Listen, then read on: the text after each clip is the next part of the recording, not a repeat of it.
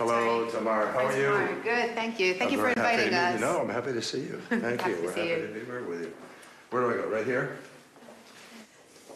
Secretary of State John Kerry, thank you very much for this interview. Happy to be with you. Thank you. Thank you for coming this way to do it. Mr. Secretary, the U.S., Israel's obviously strongest ally, is advancing towards an agreement with Iran, a country that has publicly sworn to wipe my country off the map, and a country that, while negotiating with the West, is still funding Hezbollah and directing its actions. Can you understand why some Israelis feel deep disappointment towards the administration? Well, I can understand why they feel a set of questions and skepticism. That I understand, but I don't think it's appropriate to feel disappointment because we're not going to disappoint Israel. We will never disappoint Israel. We are not going to sign a deal.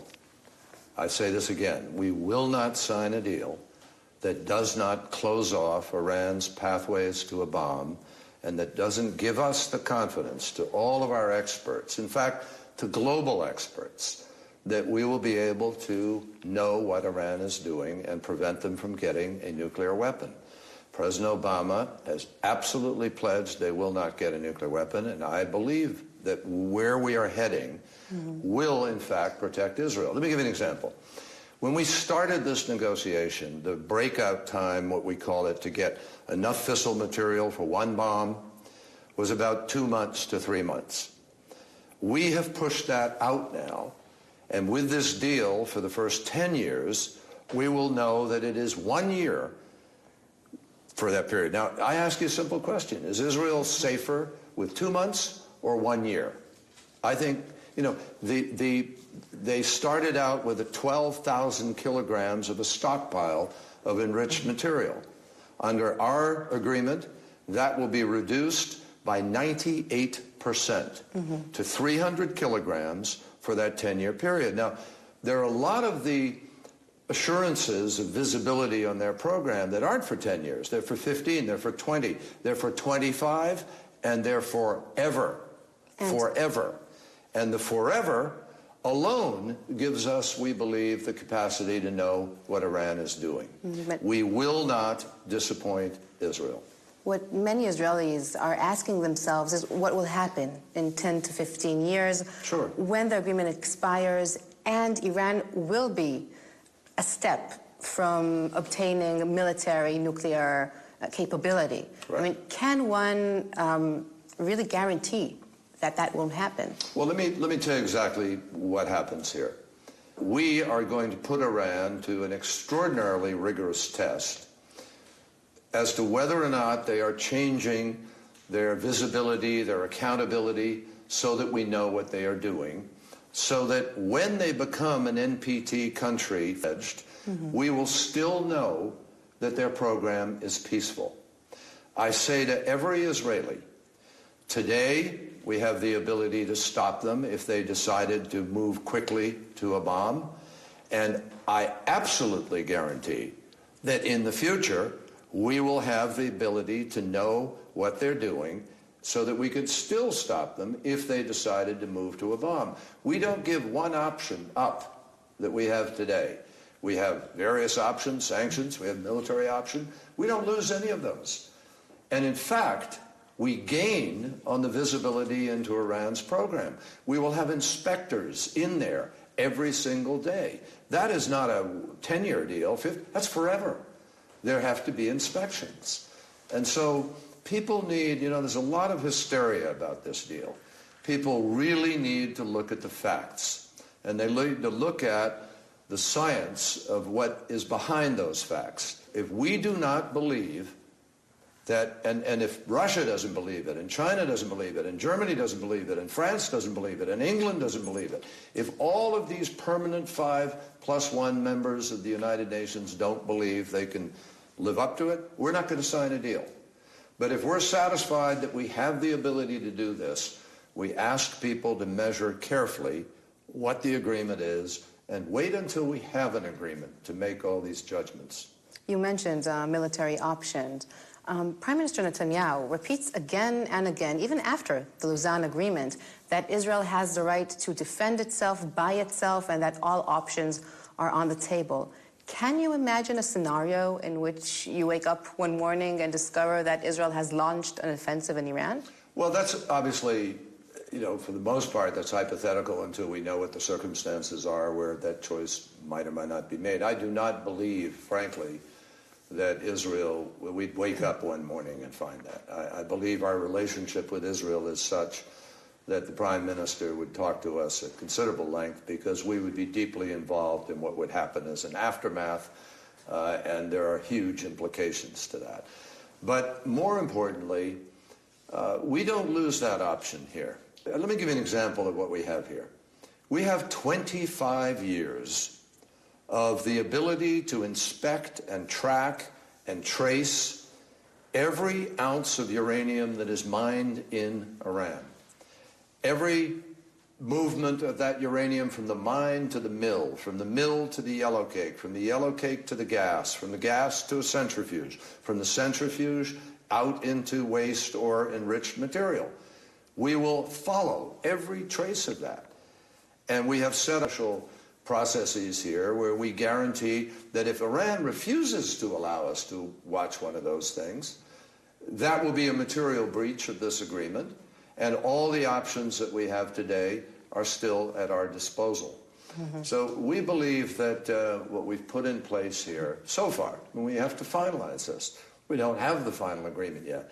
And if there's a balking at signing that final agreement, or they try to move back from the kinds of assurances that we think are necessary to satisfy our friends in Israel, to make sure we can look every Israeli in the eye and say, we will know what they are doing and we will stand by you if they break out or try to, and we will not allow them to get a weapon.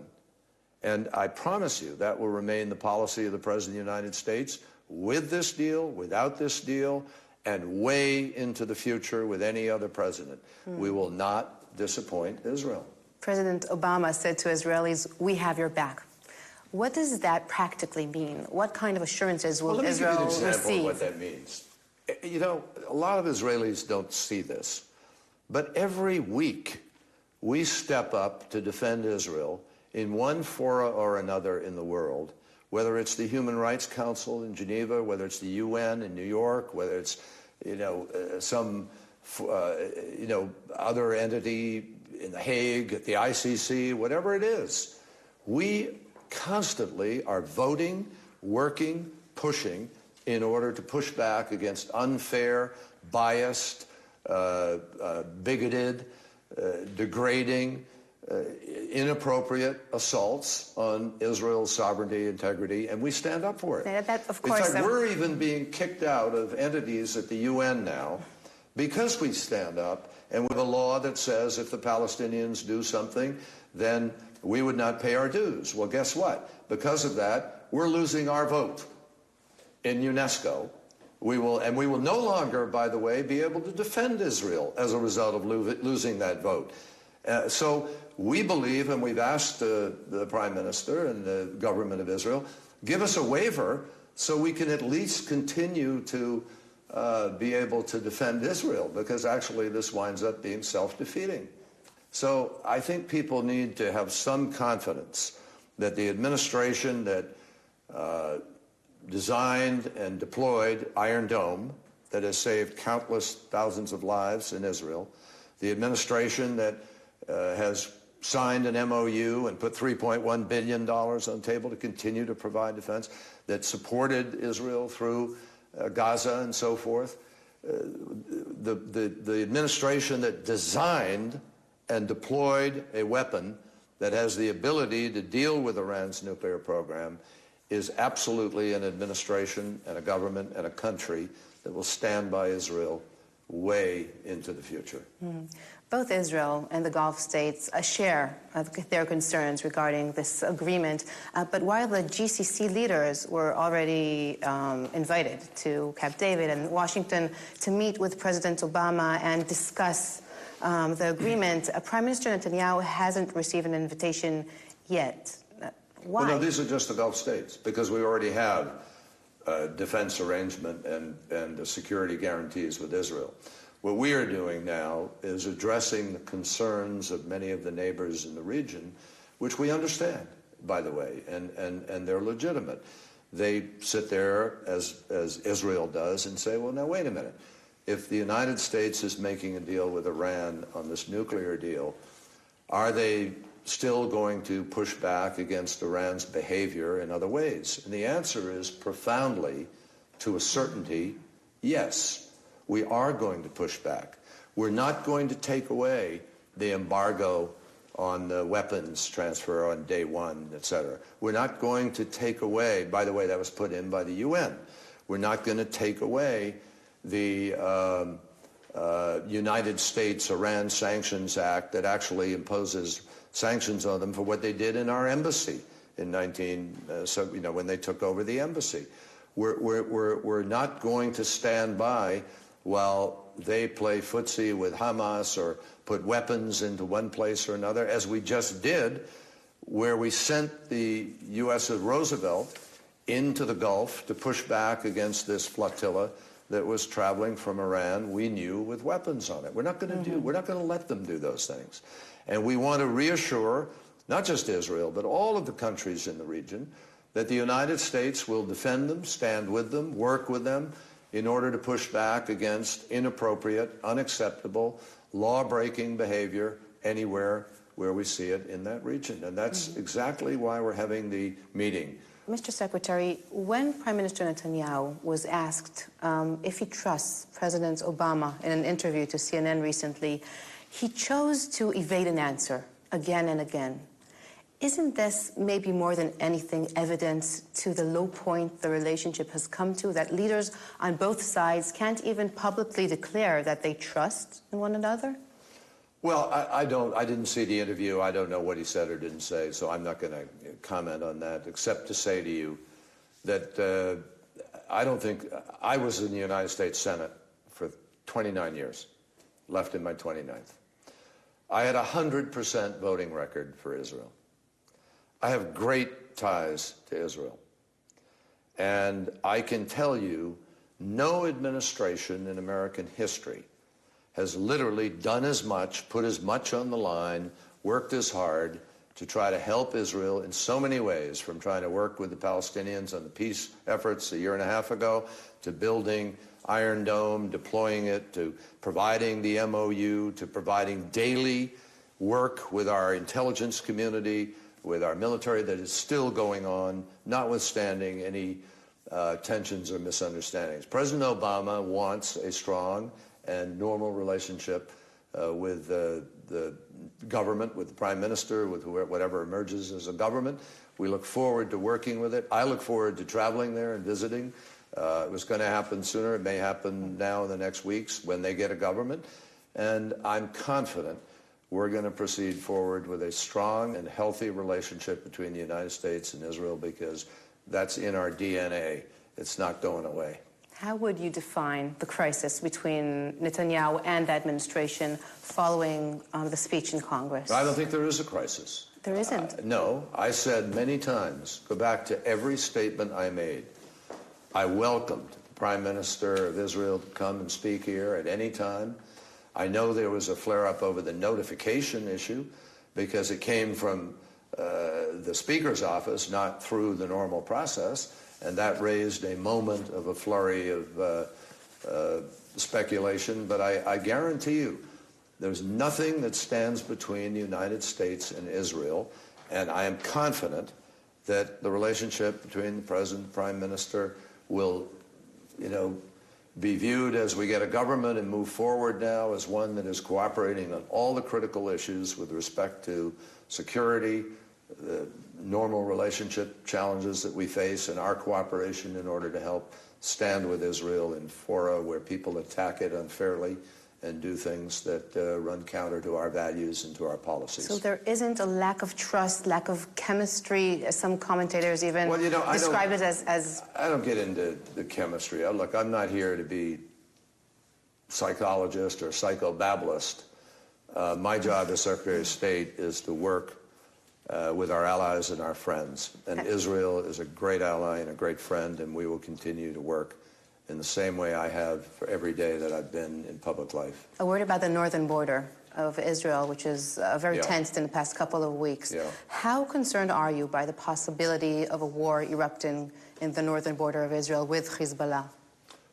Well, I'm always concerned about what Hezbollah is doing. I mean, I personally traveled to Syria prior to the war, prior to the uprising, in order to challenge Bashar al-Assad with respect to their transfer of Scud missiles to Hezbollah in Lebanon. We have no illusions about why Hezbollah is there, who supports Hezbollah, Iran, about its activities that are dangerous and provocative. And Hezbollah has tens of thousands, 70, 80,000 rockets. We're aware of that. We need to rid that country of those rockets. We need to stop that kind of behavior.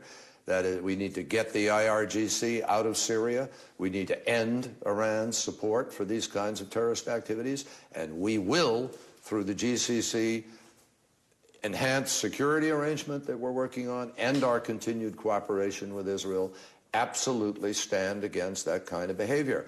But let me ask you, would you rather stand against an Iran that has a nuclear weapon while you're trying to do that, or that can't? We've decided the first priority is take away the ability to have a nuclear weapon. And that will not change any of our commitment and dedication to preventing all these other terrible scenarios from unfolding. But I'd rather do it without their having a nuclear weapon than with their having one. And that's why we are intent on guaranteeing they don't get a nuclear weapon. It's a good starting point, folks. We're running out of time, but if I may, just a question about the Palestinian issue. Do you believe that Prime Minister Netanyahu is committed to the two-state solution? I hope he is. He says he is, and the key now is for us to put that to the test in terms of what he's prepared to do, we're prepared to do together, and what the Palestinians hopefully are prepared to do. We all know that they've sometimes had demands that have made it difficult to proceed forward.